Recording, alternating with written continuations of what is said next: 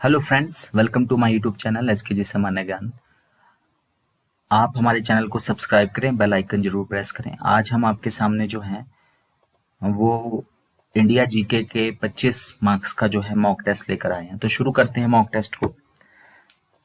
पहला क्वेश्चन है, भारत की सबसे बड़ी दवा निर्माता कंपनी कौन सी है? भारत की सबसे बड़ी दवा निर्माता कंपनी कौन सी है? ए मैनकाइंड फार्मा, बी सन फार्मा, सी हिमालय, डी सिप्ला। ए मैनकाइंड, बी सन फार्मा, सी हिमालय, डी सिप्ला। आंसर देखते हैं। भारत की सबसे बड़ी दवा कंपनी है सन फार्मा। ठीक है, सबसे बड़ी दवा कंपनी है भारत की सन फार्मा। अगला प्रश्न, क्षेत्रफल की दृष्टि से भारत विश्व में कौन से स्थान पर है? क्षेत्रफल की दृष्टि से भारत विश्व में कौन से स्थान पर है? ए 5वें, बी 7वें, सी 6ठे, डी 8वें। ए 5वें, बी 7वें, सी 6ठे, डी 8वें। आंसर देखते हैं। तो क्षेत्रफल के आधार पर भारत विश्व में 7वें स्थान पर है। पहले स्थान पर रूस है, दूसरे स्थान पर कनाडा है, तीसरे स्थान पर चीन है, चौथे स्थान पे अमेरिका है, 5वें स्थान पे ब्राजील है, 6ठे स्थान पे ऑस्ट्रेलिया है, 7वें स्थान पे भारत है और 8वें स्थान पे अर्जेंटीना है। ठीक है, तो एरिया वाइज भारत 7वें नंबर पे है। ठीक है, भारत से बड़े 6 देश हैं। ठीक है, पहले स्थान पे रूस, दूसरे नंबर पे कनाडा, तीसरे पे चीन, चौथे पे अमेरिका, 5वें पे ब्राजील, 6ठे पे ऑस्ट्रेलिया और 7वें पे भारत। जो 6ठे नंबर पे ऑस्ट्रेलिया है वो भी भारत से लगभग 2.25 गुना बड़ा है। ठीक है, नेक्स्ट क्वेश्चन, केरल में बोली जाने वाली मुख्य भाषा कौन सी है? केरल में बोली जाने वाली मुख्य भाषा कौन सी है? ए मलयालम, बी कन्नड़, सी तेलुगु, डी तमिल। ए मलयालम, बी कन्नड़, सी तेलुगु, डी तमिल। आंसर देखते हैं। केरल में बोली जाने वाली भाषा जो है वो मलयालम है। ठीक है, तो मलयालम भाषा जो है 4 द्रविड़ भाषाएं हैं और ये चारों यहाँ पर दी हुई हैं। ठीक है, आर्य भाषा में नहीं आती, ये द्रविड़ भाषाएं हैं चारों और ये आर्य भाषा का हिस्सा नहीं है। मलयालम, कन्नड़, तेलुगु और तमिल, ये चारों भाषाएं जो है वो दक्षिण भारत की हैं, द्रविड़ भाषा परिवार में आती हैं ये। तो मलयालम जो है वो केरल में बोली जाती है, तमिल तमिलनाडु में बोली जाती है, तेलुगु आंध्र प्रदेश में बोली जाती थी लेकिन आंध्र प्रदेश के 2 हिस्से हो गए हैं, तो तेलंगाना और आंध्र प्रदेश दोनों जगह बोली जाती है तेलुगु, और कन्नड़ कर्नाटक में बोली जाती है। ठीक है, और मलयालम केरल में। और इसी तरह से डांस फॉर्म भी पूछा जाता है, जैसे भरतनाट्यम है वो तमिलनाडु में चलता है। ठीक है, कुचिपुड़ी आंध्र प्रदेश में चलता है, आंध्र प्रदेश और तेलंगाना में। ठीक है, तो इस तरह से जो है ये भाषाएं और जो डांस है वो जो है जरूर याद रखना आपने, खासतौर पे जो दक्षिण भारत के 4 राज्य, अब तो 5 राज्य आ गए हैं। अगला प्रश्न, सुप्रीम कोर्ट के जो चीफ जस्टिस होते हैं या और भी जो न्यायाधीश जज होते हैं, तो सर्वोच्च न्यायालय के जो न्यायाधीश होते हैं, जज होते हैं, वो किस एज में रिटायर होते हैं? उनकी सेवानिवृत्ति की आयु क्या है? ए 58 वर्ष, बी 60 वर्ष, सी 62 वर्ष, डी 65 वर्ष। ए 58 वर्ष, बी 60 वर्ष, सी 62 वर्ष, डी 65 वर्ष। आंसर देखते हैं। तो जो सुप्रीम कोर्ट के जो जज होते हैं, चीफ जस्टिस और जज जो होते हैं, वो 65 वर्ष में जो है वो रिटायर होते हैं। आप संख्या बता सकते हैं सुप्रीम कोर्ट के जजों की कुल संख्या कितनी है चीफ जस्टिस के साथ उनको मिलाकर? कमेंट बॉक्स में आप लिखें। फिर है विश्व एड्स दिवस हम हर वर्ष किस दिन मनाते हैं? वर्ल्ड एड्स डे हम हर साल किस दिन मनाते हैं? ए 8 मार्च, बी 11 जुलाई, सी 1 दिसंबर, डी 5 सितंबर। 8 मार्च, बी 11 जुलाई, सी 1 दिसंबर, डी 5 सितंबर। सारे इंपॉर्टेंट डेज हैं। ठीक है, आंसर देखते हैं फिर डिस्कस करते हैं। तो वर्ल्ड एड्स डे जो है वो 1 दिसंबर को मनाया जाता है और 8 मार्च को हम अंतर्राष्ट्रीय महिला दिवस मनाते हैं। 11 जुलाई को वर्ल्ड पॉपुलेशन डे होता है, विश्व जनसंख्या दिवस। और 5 सितंबर को जो है वो भारत में टीचर्स डे मनाते हैं हम, ठीक है, शिक्षक दिवस, डॉक्टर सर्वपल्ली राधाकृष्णन के जन्मदिन पर। अगला प्रश्न, किस मुगल शासक के शासनकाल को मुगल साम्राज्य का स्वर्ण युग कहा जाता है? किस मुगल शासक के शासनकाल को मुगल साम्राज्य का स्वर्ण युग कहा जाता है, गोल्डन पीरियड कहा जाता है? ए बाबर, बी अकबर, सी शाहजहां, डी औरंगजेब। ए बाबर, बी अकबर, सी शाहजहां, डी औरंगजेब। आंसर देखते हैं। तो शाहजहां का जो टाइम है ना, उसको मुगल साम्राज्य का स्वर्ण युग कहा जाता है, खासतौर पे स्थापत्य कला। अगर हम पेंटिंग की बात करेंगे, ठीक है, चित्रकला की बात करेंगे, तो वो जहांगीर का टाइम स्वर्ण युग था। पेंटिंग और चित्रकला के लिए जहांगीर का टाइम स्वर्ण युग कहलाता है। और स्थापत्य कला का मतलब है बहुत बड़ी बड़ी इमारतें बनाएगी, जैसे शाहजहां के टाइम में ताजमहल बना, ठीक है, और भी बहुत बड़ी बड़ी इमारतें बनाएगी, तो स्वर्ण युग कहा जाता है स्थापत्य कला का। और पेंटिंग का जो अगर बात करें, चित्रकला, तो वो फिर जो है वो जहांगीर का नाम आता है। और सबसे बड़ा साम्राज्य जो था ना, वो औरंगजेब के टाइम में था। और सबसे ज्यादा हिंदू सरदार भी जो थे वो औरंगजेब के टाइम में थे। महात्मा गांधी का कौन सा आंदोलन जो है वो नमक सत्याग्रह से जुड़ा हुआ था? महात्मा गांधी का कौन सा आंदोलन जो है वो नमक सत्याग्रह से जुड़ा हुआ था? ठीक है, नमक कानून तोड़ा था उन्होंने। ए असहयोग आंदोलन, बी दांडी मार्च, सी चंपारण सत्याग्रह, डी भारत छोड़ो आंदोलन। ए असहयोग आंदोलन, बी दांडी मार्च, सी चंपारण सत्याग्रह, डी भारत छोड़ो आंदोलन। तो असहयोग आंदोलन 1920 का था, दांडी मार्च ये 1930 का है, ठीक है, और चंपारण सत्याग्रह है ये 1917 का है, और भारत छोड़ो आंदोलन 1942 का है। तो जो नमक कानून तोड़ा था वो दांडी मार्च किया था। उसके बाद, ठीक है, साबरमती में जाके उन्होंने जो है नमक सत्याग्रह किया था, और उसके बाद ही सविनय अवज्ञा आंदोलन जो है वो शुरू किया था, सिविल डिसओबीडियंस मूवमेंट। असहयोग आंदोलन को नॉन कॉपरेशन मूवमेंट कहा जाता है, और भारत छोड़ो आंदोलन को क्विट इंडिया मूवमेंट। निम्नलिखित में से कौन सा शासक दिल्ली सल्तनत से नहीं था? आपको पता है 1206 से लेकर और 1526 तक दिल्ली सल्तनत का टाइम है, हमने हिस्ट्री पढ़ी है, ठीक है। और 1526 से फिर मुगल साम्राज्य आ जाता है पानीपत की पहली लड़ाई के बाद, ठीक है। 1206 में जो है वो दिल्ली सल्तनत वहां से शुरू होती है, और सबसे पहले जो है वो गुलाम वंश आ जाते हैं। तो इनमें से कौन सा जो शासक है वो दिल्ली सल्तनत का नहीं था? ए कुतुबुद्दीन ऐबक, बी महमूद गजनवी, सी मोहम्मद बिन तुगलक, डी अलाउद्दीन खिलजी। ए कुतुबुद्दीन ऐबक, बी महमूद गजनवी, सी मोहम्मद बिन तुगलक, और डी अलाउद्दीन खिलजी। तो आंसर है इसका महमूद गजनवी। महमूद गजनवी तो सिर्फ अपने अटैक्स के लिए फेमस था, आपको याद होगा 1009 का उसका अटैक, ठीक है। इसके अलावा 1025-26 में उसने सोमनाथ पे अटैक किया था, 17 आक्रमण किए उसने पूरे भारत में, तो वो 1000 के आसपास का था। कुतुबुद्दीन ऐबक जो है वो सबसे पहले जो है वो दिल्ली सल्तनत में सबसे पहले गुलाम वंश का पहला राजा बना, ठीक है, 1206 के आसपास। फिर उसके बाद खिलजी वंश आया, उसमें अलाउद्दीन खिलजी भी था, और फिर तुगलक वंश आया, उसमें मोहम्मद बिन तुगलक, फिरोज शाह तुगलक, ठीक है, और सारे लोग थे। फिर उसके बाद इसी तरह से 5 वंश आए टोटल। अगला है, सार्क का मुख्यालय कहाँ पर स्थित है? सार्क साउथ एशियन जो कंट्रीज हैं, दक्षिण एशियाई देशों का समूह है सार्क, तो इसका हेडक्वार्टर कहां पर है? ए थिम्फू, बी कोलंबो, सी इस्लामाबाद, डी काठमांडू। ए थिम्फू, बी कोलंबो, सी इस्लामाबाद, डी काठमांडू। थिम्फू भूटान की राजधानी है, कोलंबो श्रीलंका की राजधानी थी, नया नाम हो गया है, ठीक है, श्रीलंका की राजधानी का, वो आप कमेंट बॉक्स में लिख सकते हैं। इस्लामाबाद पाकिस्तान की राजधानी है, काठमांडू जो है वो नेपाल की राजधानी है। ये सभी पड़ोसी देश हैं भारत के। तो काठमांडू है सार्क का मुख्यालय, ठीक है। और ये भी आप कमेंट बॉक्स में बता सकते हैं किस वर्ष जो है सार्क का गठन हुआ। दक्षिण एशियाई देशों का समूह, इसकी फुल फॉर्म भी पूछ लेते हैं बहुत बार ना।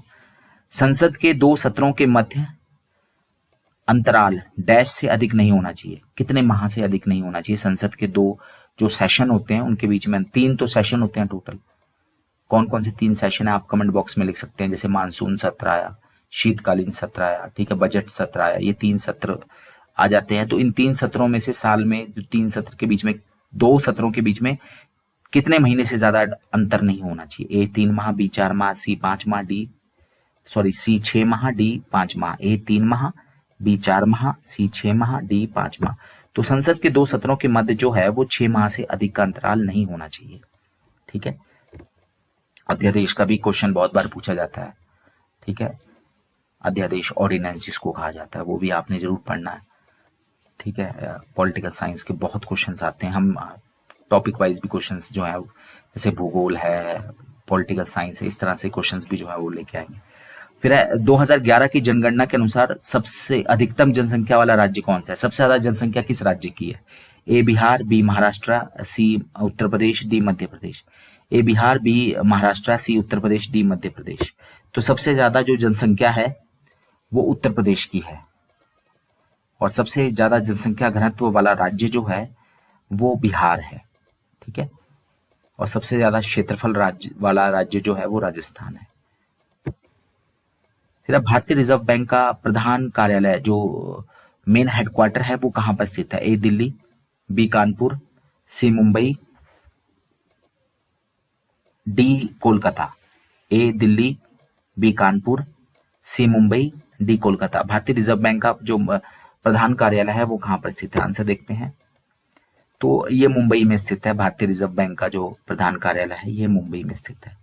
अगला प्रश्न, प्रसिद्ध कामाख्या मंदिर कहां पर स्थित है? कामाख्या देवी का टेम्पल जो है वो कहां पर स्थित है? किस राज्य में स्थित है? ए राजस्थान, बी गुजरात, सी असम, डी उड़ीसा। ए राजस्थान, बी गुजरात, सी असम, डी उड़ीसा। आंसर देखते हैं। तो जो कामाख्या देवी का टेम्पल है, ठीक है, रजुसला के नाम से भी जाना जाता है कामाख्या देवी को। ठीक है, वो असम में स्थित है, असम में।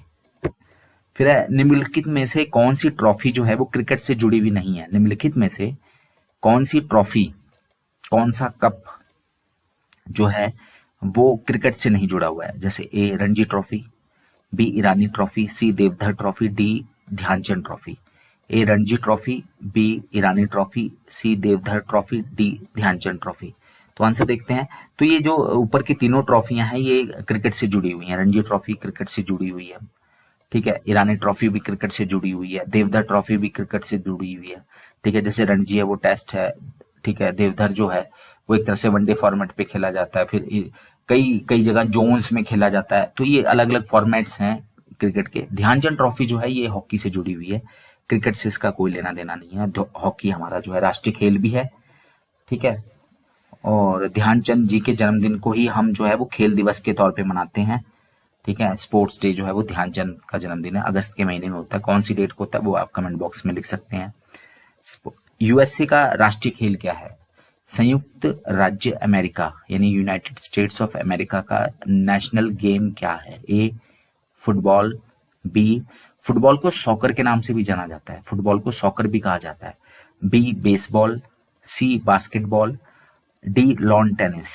ए football, B baseball, C basketball, D lawn tennis. Answer देखते हैं। तो यूएसए का जो राष्ट्रीय खेल है वो बेसबॉल है, और बास्केटबॉल भी वहां बहुत फेमस है। ठीक है, तो यूएसए का जो राष्ट्रीय खेल है वो है बेसबॉल। आंसर नेक्स्ट क्वेश्चन, किस नदी को बंगाल का शोक कहा जाता है? सॉरो ऑफ बंगाल, बंगाल का शोक यानी सॉरो ऑफ बंगाल किस नदी को कहा जाता है? ए कोसी नदी, बी दामोदर नदी, सी हुगली नदी, डी गंगा नदी। ए कोसी नदी, बी दामोदर नदी, सी हुगली नदी, डी गंगा नदी। तो इसका उत्तर है दामोदर नदी को बंगाल का शोक कहा जाता है, सॉरो ऑफ बंगाल के नाम से जाना जाता है दामोदर नदी को। और आप जानते हैं कलकत्ता किस नदी के किनारे स्थित है? तो कोलकाता जो है वो हुगली नदी के किनारे स्थित है। ठीक है, और हैदराबाद मूसी नदी के किनारे स्थित है, लखनऊ गोमती नदी के किनारे स्थित है। तो ये नदियों के किनारे जो शहर हैं, जैसे दिल्ली यमुना नदी के किनारे स्थित है, पटना गंगा नदी के किनारे स्थित है। ठीक है, तो ये जो नदियों के किनारे जो शहर हैं, उज्जैन शिप्रा नदी के किनारे स्थित है। तो ये क्वेश्चंस भी बहुत आते हैं। ठीक है, दामोदर नदी, इसी तरह से बिहार का शोक किस नदी को कहा जाता है ये आप कमेंट बॉक्स में लिख सकते हैं। फिर निम्नलिखित में से कौन सी झील राजस्थान में है? कौन सी झील जो है वो राजस्थान में? ए चिल्का झील, बी वुलर झील, सी पुलिकट और डी सांभर। ए चिल्का झील, बी वुलर झील, सी पुलिकट झील और डी सांभर झील। आंसर देखते हैं। तो जो सांभर झील है वो राजस्थान में स्थित है। इसके अलावा चिलिका झील जो है वो उड़ीसा में स्थित है। खारे पानी की भारत की ये सबसे बड़ी झील है, ठीक है, लगून भी कहा जाता है इसको। और वुलर झील कश्मीर में स्थित है। फिर है, निम्नलिखित में से कौन सा सिंधु घाटी सभ्यता का जो स्थान है या स्थल है वो राजस्थान में स्थित है? ए मोहनजोदड़ो, बी हड़प्पा, सी लोथल, डी कालीबंगा। ए मोहनजोदड़ो, बी हड़प्पा, सी लोथल, डी कालीबंगा। आंसर देखते हैं। तो जो राजस्थान में सिंधु घाटी सभ्यता का स्थल स्थित है वो है कालीबंगा। लोथल गुजरात में है, ठीक है, यहाँ डॉकयार्ड था एक तरह से। और मोहनजोदड़ो और हड़प्पा जो है ये पाकिस्तान में स्थित है। मोहनजोदड़ो सिंधु नदी के किनारे और हड़प्पा जो है वो रावी नदी के किनारे।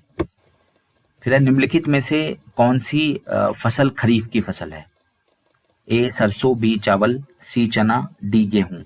ए सरसों, बी चावल, सी चना, डी गेहूं। तो चावल जो है वो खरीफ की फसल है, ठीक है।